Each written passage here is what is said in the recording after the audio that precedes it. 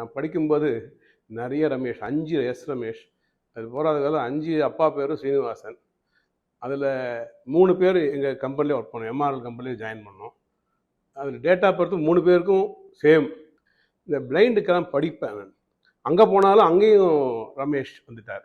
அப்போ நான் வந்து இந்த படிக்கிறது மட்டும் இல்லாமல் அவர் பக்கத்தில் ஐஷன் போகிறது, கடைக்கு ஐஷன் போகிறது, ட்ராமா சினிமா ஐஷன் போகிறது.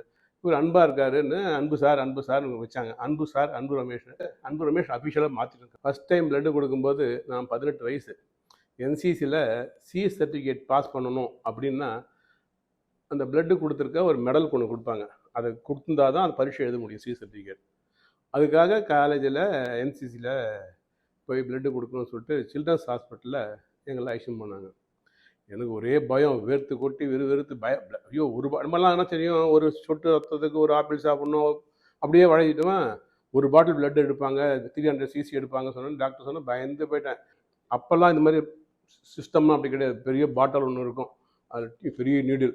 இப்போல்லாம் வந்து தொட்டுக்கிட்டு இந்த லோக்கல் இன்ஜெக்ஷன்லாம் போகிற வழியில் அதெல்லாம் வழியோடு சேர்ந்து வருத்தும்போது அந்த நர்ஸு என்ன பண்ணால் எடுத்து பார்த்து குடிக்கிற பார்த்தவொடனே பயந்துட்டு கை பிடிச்சிட்டேன். கை ப்ரெஷரில் இருக்குது, பிளட்டு வெளில ஆகிருக்கு. அது ஃபஸ்ட்டு பயங்கரமான பயந்து போயிட்டேன் நான். அந்த டாக்டர் பயந்து எல்லாம் வந்து பண்ணேன். அப்படி ஆரம்பிச்சு காலேஜில் பிளட் டொனேட் கேம்ப் பண்ணோம். அப்படி வந்தது. அந்த டாக்டரோடே நானும் அந்த டாக்டர் எனக்கு யார் பிளட் எடுத்தாலும் டாக்டர் விமலா ராமலிங்கம்னு அவளோட நான் 25 வாட்டி பிளட் கொடுத்த அப்புறம் ஒரு இன்டர்நேஷ்னல் கான்ஃபரன்ஸுக்கு 2 பேர் அட்டன் பண்ணோம். ஒவ்வொரு ஹாஸ்பிட்டலுக்கு போகும்போது பிரச்சனைகள் பார்ப்போம். பணத்துக்காக கொடுப்பாங்க டொனேஷன். 20 ரூபா கொடுத்தா போகிறோம், பிளட் கொடுக்க வருவாங்க. இது ராமன் இங்கே கொடுப்பாங்க, ரமீன் கொடுப்பான், ராகபட் பேரை மாற்றி கொடுப்பான். அது எப்படி அவாய்ட் பண்ணணும் பார்த்தா அது ரொம்ப கஷ்டங்க, முடியாதுங்க அது எங்களால் அப்படின்னா. அப்போ தான் இந்த இன்டர்நேஷனல் கான்ஃபரன்ஸ் போகும்போது கல்கத்தாவில் வெஸ்ட் பெங்காலில் இந்த அங்கே பெய்ட் சிஸ்டமே கிடையாது. டிசைட் பண்ணணும் நம்ம தமிழ்நாட்டிலையும் பண்ணணும் அப்படின்னு. பிந்து மாதவன் ஐஏஎஸ் இருக்கும்போது இப்போ கேட்கும்போது முதல்ல எப்படி முடியும் சொல்லுங்கள், எங்களுக்கு வந்து இவ்வளோ பிளட் தேவைப்படுது, இந்த பிளட் இல்லைன்னா நாங்கள் பண்ண முடியாது. எப்படின்னா கேம்ப் நிறைய பண்ணி உங்களுக்கு எவ்வளோ வேணும், 1000 2000 கொடுக்குறோம் அப்படின்னு 6 மாதம் ட்ரையல் பேசிஸ் பண்ணுறோம் அப்படின்னு பண்ணி நன்னா பண்ணி ஒவ்வொரு ஃப்ளாட்டுக்கும் இப்போ இந்த ஃப்ளாட் இருக்குன்னா இந்த ஃப்ளாட் செக்ரட்டரி போய் பார்த்துருவோம். சார் ஒரு 10 பேர் பிளட் கொடுத்தா பரவாயில்ல சார், கேம்ப் அரேஞ்ச் பண்ண சார் சொல்லிட்டு எப்படி 25 பேர் கொடுப்பா. ஒவ்வொரு சனி ஞாயிறும் ஒவ்வொரு ஃப்ளாட்டும் எல்லா ஸ்கூலையும் போய் ஸ்கூலில் போய் அங்கே மோட்டிவேட் பண்ணுவோம். குழந்தைகள் பிளட் கொடுக்க முடியாது, இந்த பிளட்டை பற்றி கேட்கும்போது சந்தோஷமாக இருக்கும். நான் கொடுக்கணும்னா நீ கொடுக்க வேணாங்கன்னா அவங்க அண்ணா அம்மா அப்பா எல்லாம் இருக்காதுல்ல அவளை அப்படின்னு கொடுக்க வச்சு. அதில் ஒரு சின்ன குழந்தைகள்லாம் தன்னுடைய வந்த ஆட்டோ டிரைவரே கொடுக்க வச்சுது. அது மாதிரி பிளட்டு கொடுக்கறதுக்கு நாங்கள் அரேஞ்ச் பண்ணோம்.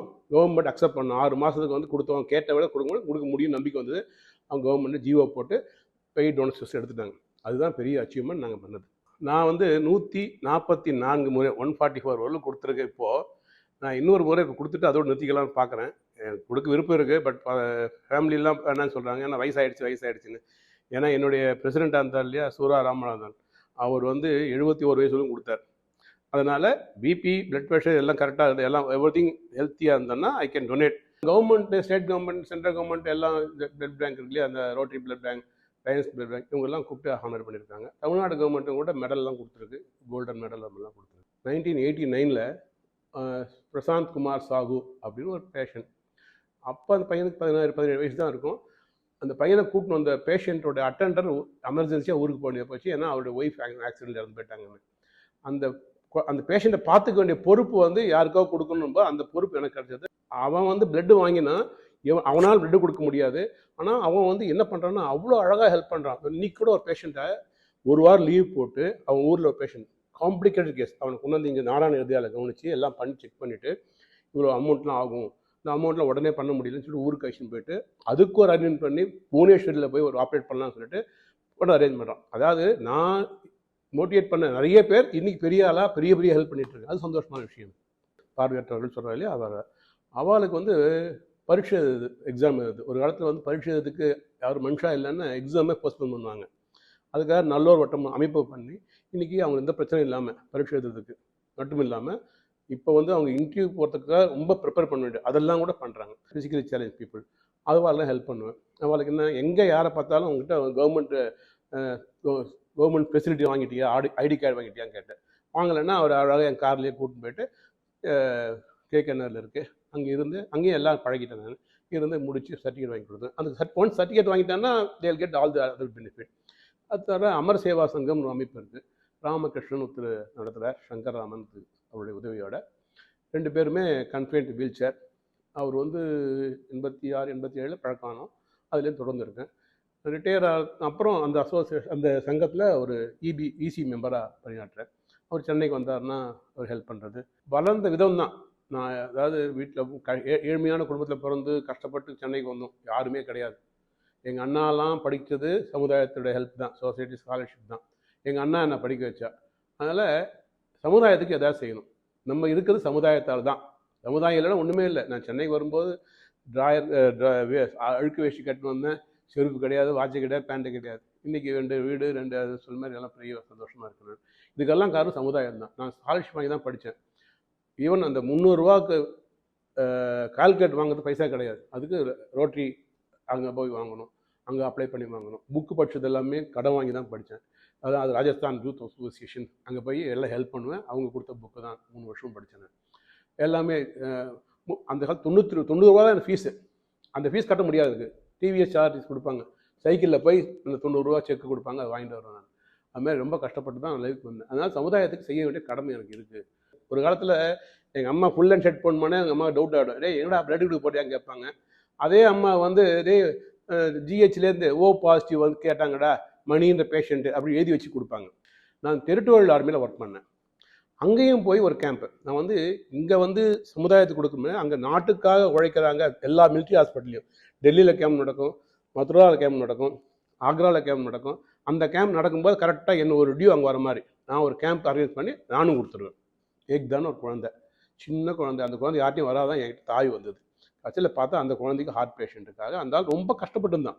ஏன்ப்பா அப்படி இருக்கேன்னா, இல்லைப்பா எங்கள் இந்த குழந்தைக்கு ஆப்ரேஷன் ஆச்சு டெல்லியில், பிளட்டு கொடுத்தாங்க, அந்த பிளட்டை ரீப்ளேஸ் பண்ணுறதா இதை இங்கே கொடுக்கணும் அப்படின்னு. சரி நானும் கொடுக்குறேன்னு சொல்லிட்டு கொடுத்தாங்க. அதுக்கப்புறம் அந்த குழந்தைய பழகின்னு பார்த்தா அதுக்கு 2 ஆப்ரேஷன் 3 ஆப்ரேஷன் பண்ணும். அவங்க மிலிட்ரி ஹாஸ்பிட்டலில் என்ன பணம் கொடுத்தா கூட உடனே கிடைக்காது, டைம் ஆகிடும். பெரிய ஹாஸ்பிட்டல் பண்ணால் நம்ம பணம் செலவு பண்ணணும். அந்த பணம்லாம் நம்ம ரிலேஷனுக்காக ஒரே ஒரு இமெயில் கொடுத்தா எல்லாம் 2 நாளில் 6 லட்சம் ரெடி பண்ணியாச்சு. எங்கள் அண்ணா வத்திருந்தார் டெல்லியில், அங்கே போய் தங்க வச்சு அவாத்திலே ஒரு வாரம் தங்கி ஆப்ரேட் பண்ணி இப்போ அவால எங்கள் ஃப்ரெண்டு, ஃபேமிலி ஃப்ரெண்டு. போன வருஷம் நான் அந்த கலந்துட்டேன் அந்த நிகழ்ச்சியில். என்னாலே முடியும் நம்பிக்கை இல்லை எனக்கு, ஓடலாம் நாடலான்னு. கட்சி நான் தான் ஃபஸ்ட் ப்ரைஸ் வாங்கி, பெரிய விஷயம். அங்கே போன பார்த்தா தான் எவ்வளோ இந்துவாக இருக்காங்க எல்லாரும். நம்ம வீட்டிலே எல்லாரும் அதை காமிக்கணும்னு சொல்லி என் ஒய்ஃப் வீட்டு விட்டு வெளிலே வரமாட்டேன். அவள் கூப்பிடும் வா போகலாம் அப்படின்னு. அவளை கூப்பிட்டு காமிக்கணும்னு. ஆனால் அவளால் பீங்க ஒரு ஃபிசிக்கல் சேலஞ்ச், ஒரு லெஃப்ட் அவருக்கு ஃபுல்லாக முடியாது. அதனால் வெளில வரது கவலைப்படுவாள். இந்த பூர்ண சக்தியை கூட்டு வந்த அப்புறம் தான் அவளையும் டெவலப் ஆக முடியும் நம்பிக்கை எனக்கு இருக்குது. ஃபேசிலிட்டிஸ் வந்து எனக்கு 65 வயசு, ரிட்டையர் ஆகி 5 வருஷம் ஆகிடுது. இதே மாதிரி இருந்தால் கூட போகிறோம். இன்னும் நம்மளால் சமுதாயத்துக்கு என்ன பண்ண முடியும். இப்போ இன்னைக்கு கூட என்னுடைய இந்த ஏரியாவில் 66 பேர் எம்ப்ளாயி இருக்கா, ரிட்டையர்டு எம்ப்ளாயி. அவளுக்கெல்லாம் வந்து செல்ஃப் ஹெல்ப் கமிட்டி மெம்பராக இருக்கேன் நான். அவளுக்கு ஏதாவது ஹெல்ப்னா போய் பார்ப்பேன். இன்றைக்கி போனார், இன்றைக்கி ஹாஸ்பிட்டலில் இறந்து போயிட்டார். அவள் வீட்டுக்கு ஷிஃப்ட் பண்ணிவிட்டு இன்றைக்கி பாடியை கொண்டு போய் கிரிமேட் பண்ணுறவங்களும் என்ன பண்ணணும்னு சொல்லிட்டு வந்தது. பேப்பரில் ஆடு கொடுக்கல. அந்த மாதிரி எந்த விதமான ஹெல்ப்பும் இங்கே ஏரியாவில் இருக்க 60 பேருக்கு. இதை தவிர தெரிஞ்சு ஓல்டேஜ் வரும், அவள் ஒரு ஹெல்ப் கேட்பா, சரி பண்ணணும். அவர் ஆதார் கார்டு வாங்கி தரணுவா, ஆதார் கார்டு அப்ளை பண்ணுறேன். எல்லாம் கிட்ட கார் இருக்கிறதால நம்மளால் ஹெல்ப் பண்ண முடியும். முடியலையே ஆட்டோவில் இஷ்யூ பண்ணணும். பாடியை டொனேட் பண்ணணும்னு பிளான் பண்ணியிருக்கேன். இந்த ஐடி கார்டெலாம் வெளில போக மாட்டேன். இந்த இருக்குல்ல, இது உள்ள அவ்வளோ விஷயம் இருக்குது. நான் இறந்து போனால் யாருக்கு இன்ஃபார்ம் பண்ணணும், என்னுடைய பாடியை எங்கே கொடுக்கணும், அதனால் கண்ணு தானம் பண்ணணும், இல்லை ஆக்சிடென்ட் கேஸ் ஆச்சு கொடுக்க முடியும், அட்லீஸ்ட் கண்ணாக தானம் பண்ணணும். முடிஞ்சால் ஃபுல் பாடி டொனேட் பண்ணணும். இல்லை அது கிரிமேட் பண்ணுறதுன்றது வேண்டாம் சொல்லி. ஏன்னா அதை விட தானம் பண்ணுறது நல்லது. பிரெயின் டெட் ஆகுதுன்னா ஃபுல் பாடியை 4 பேர் எல்லாத்துக்கும் கொடுத்துடலாம். அதனால் அதை பற்றி கவலைப்படல. ஏன்னா எரிக்கணும் அதெல்லாம் அவசியமே இல்லை. ஏன்னா கண்ணப்ப நாயனார் கண்ணு இல்லாத போனார், அவருக்கு ஒன்றும் ஆண்டம் கொடுக்கலையான்னு கண்தானம் பண்ணும்போது சொல்லுவார், ஐயோ கண்தானம் பண்ணிட்டா வந்து சொர்க்கம் கிடைக்காதுன்னு. கண்ணப்ப நாயனார் இல்லாத சொர்க்கம் நமக்கு கிடைக்க போகுது. கட்டாயமா நிறைய பேர் கூட ஷேர் பண்ணுங்க அண்ட் சப்ஸ்கிரைப் பண்ணுங்க. அப்பதான் பூர்ண சக்தி வீடியோஸை மிஸ் பண்ணாம பார்க்க முடியும்.